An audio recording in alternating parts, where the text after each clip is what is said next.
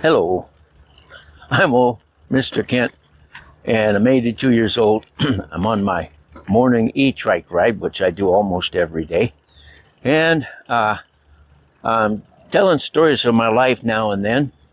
And this is one of my favorite Thanksgiving stories.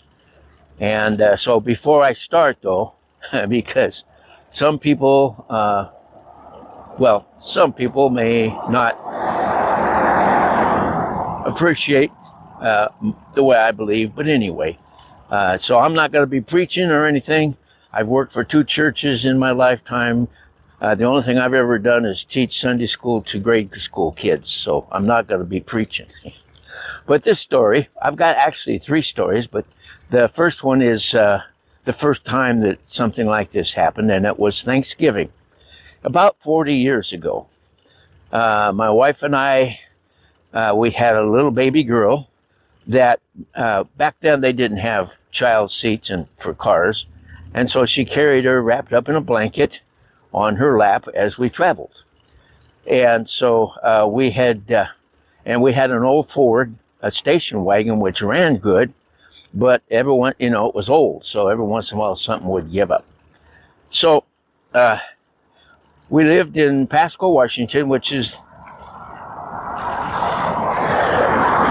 the southeast corner of the state of Washington.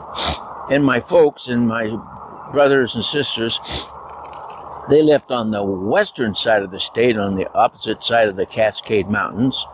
And so for Thanksgiving, whatever year that was, we went over to spend time with my family over there. We stayed at my folks' house, and then Thanksgiving Day, we all went over to my older sister's house for Thanksgiving dinner and, just a fellowship and have a good time. And when the day got over, well, then my folks, they went home because they were like the age I am now, maybe not even that old. Anyway, so they went home to their house, and my wife and I, a lot of traffic on this road. I thought maybe it be a better place to tell my story. Anyway, so my wife and I stayed and visited with my sister and her family, and I guess we left, we must have left around midnight. And so it was midnight Thanksgiving Day, and my sister lived in Auburn, which is about 10 miles north of Bonnie Lake, where my folks lived. And remember, this is 40 years ago, and I'm going to show you an intersection where we had our little incident. So midnight, we got in the car. Now remember, it's Thanksgiving. It's midnight on Thanksgiving Day. There is no traffic.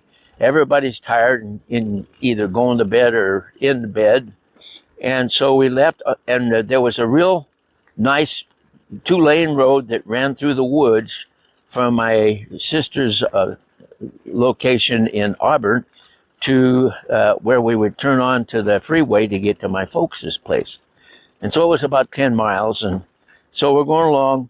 And now this intersection, when 40 years ago, there were no buildings, just trees. It was all trees, no buildings. And so as we came along there, we came underneath the freeway, and then there's an on-ramp that we turned on to go up.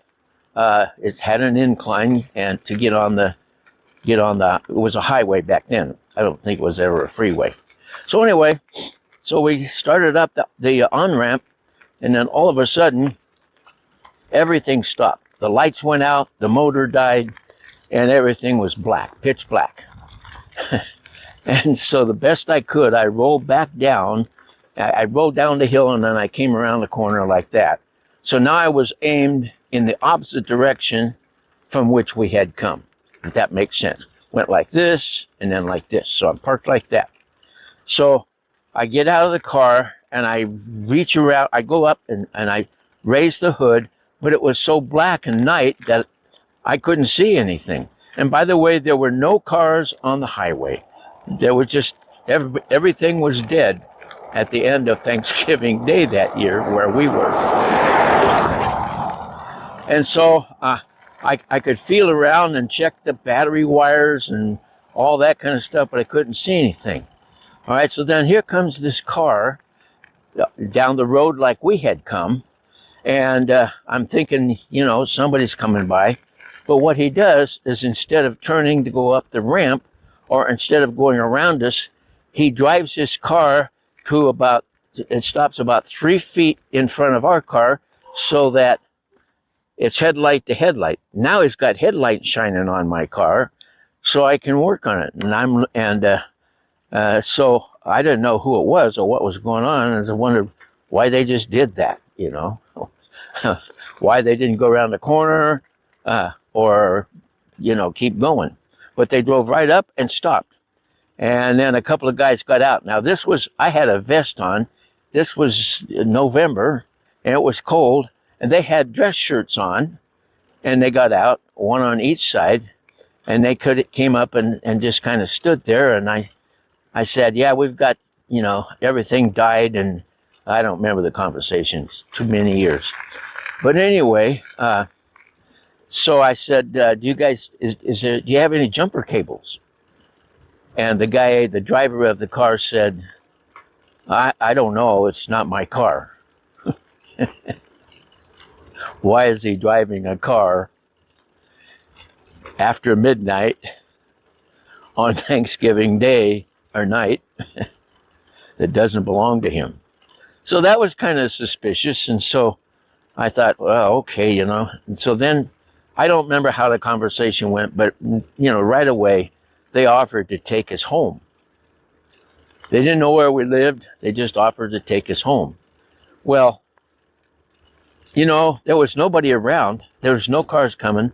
We couldn't sit in the car all night and wait there was no cell phones. We couldn't wait for somebody to help us. This was our only hope. My wife was sitting in the car in the passenger seat holding our baby girl, and they offered to drive us home. I knew we were taking a chance. Now, it just so happened, because of the way things were and where we lived and the things I did, I had a little thing of pepper spray in my pocket, so I had a little bit of self-defense. And so I went around and opened the door, and I guess the door was open. I told my wife, I says, these guys are willing to drive us to my parents' house.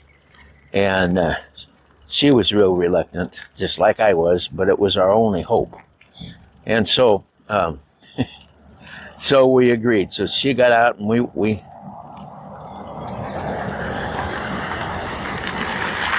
we climbed into their car, and they knew we were going up the on-ramp, so they started up there, and then they asked, which way to go and stuff. And so we didn't have any trouble getting home to my parents' house. And we got out, and we thanked them, and we went in the house. Here's another thing that was strange. Not only did they just drive up and stop in front of our car with the lights on, instead of driving away, we went in my parents' house, and they sat out there idling for about 10 minutes. And like I told my dad, he wondered what's going on. And so we were getting ready to take a battery down, because we figured maybe the battery had shorted out, because it was an old battery, and corrosion and stuff shorted it out when we went around the corner. So anyway, that was what we were guessing. So anyway, we were getting a battery and getting ready to go, and those guys were just sitting out there. Finally, after about 10 minutes, they drove away. And it just makes you wonder, how did those guys just come along in a car that didn't belong to them and stop in front of us like they knew we needed help, when we didn't have any lights on or anything, just a dead car sitting there, and then offering to take us home. I remember when I crawled in the back seat, I had my hand on my pepper spray. But as it turned out, they took us home. Took them 10 minutes to leave. And I've always wondered, was that just a couple of angels that were sent along to help us out? And so you can make your own decision on that. But having lived through it, I can tell you it was real suspicious. Okay, so that's the first angel story. And I've got another one about 20 years later. I don't know.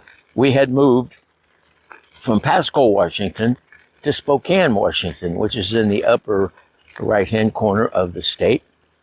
And this is a Google Earth picture of our house looking from the alley, okay?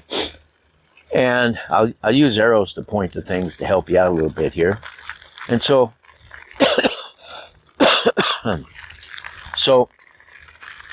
my daughter, she was the one that was wrapped up in swaddling clothes. She was the one that had grown up, and she had her own car, and she parked it out in the. I'm going to turn around and go this way now. She parked it out in the alley by our garage, which is right there. And I don't remember the details, but anyway, when she got up in the morning, somebody had broken into her car and taken all of her music CDs and either stole them or threw them away, and they were all over the place. And so I decided, okay, so I put in a motion sensor light at the end of the garage, right over where she parked the car, where you would be driving into the garage. And then I went to Radio Shack. Back then there was still Radio Shack, and I got a little 9-volt. It ran off of an old charger, and it was a beeper. It had a sharp beep to it, and so I put that in the garage so that when that light came on, that beeper started beeping. So if anybody stopped out there, the beeper going, I assumed maybe they would understand that there was an alarm going off in the house also, which there wasn't. So that was my setup. So, and the house to the right in the picture, when we moved in, there was this sweet old lady that lived there. She was, a widow. And so she was there for a year or so, and then she passed away. And so her family rented out that house. Well, so this guy came along, or I met him after they rented it, him and his wife. His name was Ken. I met him out in the alley, and we were visiting and everything.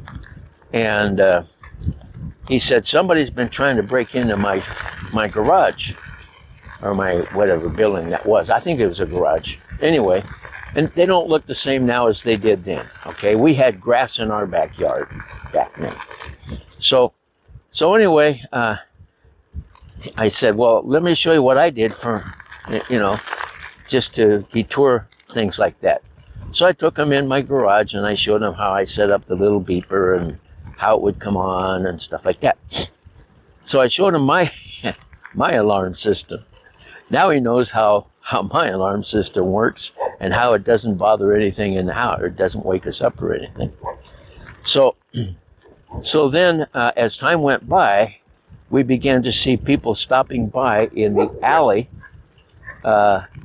like he was a drug dealer. One time it was nighttime, and I heard somebody out in the alley, and it was him. He was driving up, and he had a little, I don't remember what it was, a Corvette or something like that. Anyway, he had his door open, and so I walked up, and the passenger side of the front seat was packed full of car radios, all different kind. Like he had gathered up a bunch of car radios. Why would he do that? So anyway, I visited with him, and I didn't make any comment about the car radios. I just figured, okay. So, but we kept seeing people coming to the front door and to the back door. And then finally, I guess they were federal agents, because he was in trouble, moving things across state, lines, and they came in. They knocked on the door, front door, and they came in and visited with us, and gave us their card so we could call them if we saw something. And they said, now you make sure that they see, that they know that you're watching. Okay, I don't know why they wanted that, but that was okay. So after that, every time, day or night, every time somebody we could see from our kitchen window, we could see his backyard and everything. Every time somebody drove up, I would go out the back door, go down, go into the alley, and walk over and visit with the guys the guy in the car. And the story was, well, we just had to stop by and drop something off or something like that. They always had their story. Well, where I was going to church, the pastor had at one time been a 1% biker. If you don't know what a 1% biker is, that means they have no ethics. They do whatever they need to do to get what they want. So I told him about it, and he says, well, you don't want to go out there when those guys are out there. They carry guns. They're ruthless. You don't want to go out there when they're out there. I don't care what this federal guy said. And I said, well, so I kept doing it. And every time I'd go out and visit with them, they were polite and kind, not aggressive, smiling. And so anyway, eventually, I don't remember what the deal was, but eventually they caught the guy and they took him off. And he was, well, no, I got to finish the story. So his backyard was full of stolen stuff. I get ahead of myself. Backyard was full of stolen stuff. And so the city sent somebody out with a camera to look. It was a 6-foot fence, and I saw him, because I heard him drive up. I went out there, and he was holding his camera way up over the fence, trying to get pictures of what was in the backyard. And I said, hey, you can just come on in our yard, because our back porch had several steps to it, and he could easily look over the fence into the backyard. And so he comes over, and he's taking pictures on the back porch, and then he decides that he's got what he wants. And as we're walking down, he had asked me some questions, and I had a whole bunch of questions to answer as we were walking along. And then we stopped and so we could talk. And I was so busy trying to answer questions. At that moment in time, he said, is that your neighbor behind you? And I looked around, and there was nobody behind me. But I didn't think about it at that time. I said no, and so went on with my story. Later on, I thought, he saw somebody back there. Who did he see that I didn't see? And then as time went by, I thought about when I would go out to visit with these drug dealers, they would be so polite and nice and kind. Was there somebody there with me that scared the pants off of them? I don't know what it was, but I just, I'm the only answer I have is that there must have been somebody there, and it could only have been an angel, or 2 or 3 or a half a dozen. I don't know. Okay, so now we're going to move forward in time to really about 10, 15 years ago. I think I've told you about my mother-in-law, who lived in Lewiston, Idaho. And let's see, I'm going to go turn around here. And I would fly my plane over and pick her up and bring her over to visit her grandkids and all. So anyway, and she was a special person. Well, she finally had to leave her home, and she got into a assisted living thing, and she lived there for a couple of years, and then eventually she got worse off physically, and so she was in a the same building or same outfit, but it was like a nursing home. So she had a room with a bed in it, and I would go over when we would go to visit. I'd take my accordion and I'd walk around the hallway playing hymns on my accordion, and these old people would come out in their wheelchairs and with their crutches and limp along, and here comes a car. As I strolled along, they would stroll along behind me listening to my music. And so, lots of traffic. So, and then when I finished, I would come into her room and stand there and play by her, and all these people would crowd into her room, and she loved it. And so every time I go down there, I'd take my accordion and we'd do that. Well, then she got really, really sick, and she was actually on what we would call her deathbed. She was conscious and, everything. And I walked in, I had ridden my Harley down because my wife and one of our daughters and a couple other relatives, they were there because they were watching over her and helping her. So I walked over to the bed. She was just laying there, and I hugged her. She said, "Did you bring your..." And then that was the last thing I heard her say. She just was not in good shape. I know what she was asking me, if I brought the accordion. So if I break in tears, don't worry about it. I'm okay.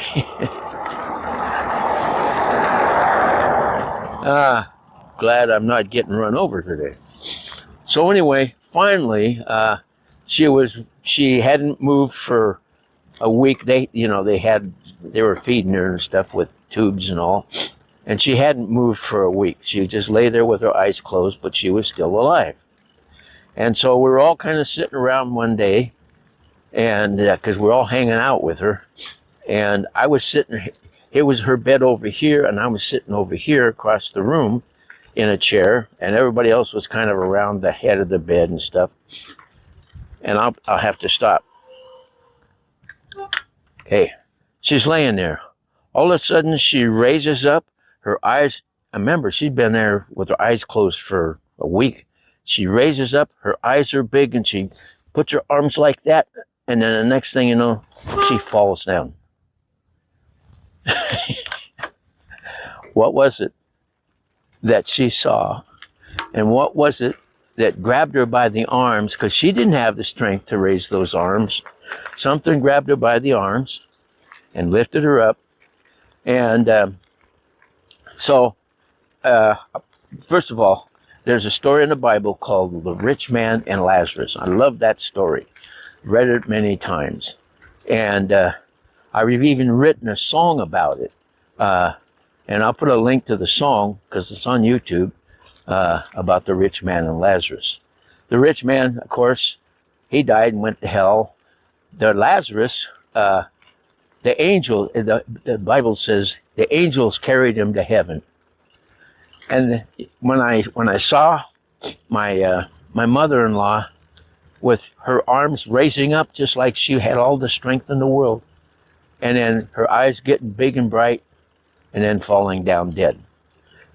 It just reminded me of the song that I wrote, the story that Jesus told. So like I say, I'm not going to preach, but those are some things that happened to me that I am so certain that if we're aware of it and we pay close attention and we care, I think sometimes we see angels that, or we don't know they're angels, but we see some awful nice people that turn out to be angels. Now, by the way, when you go to put the angel on top of the Christmas tree, it's usually a girl. But angels in heaven, they're not girls, they're males. And the only female angel I know is my wife, Beth. So with that, I'm going to say thank you for watching my video and putting up with me, and happy Thanksgiving.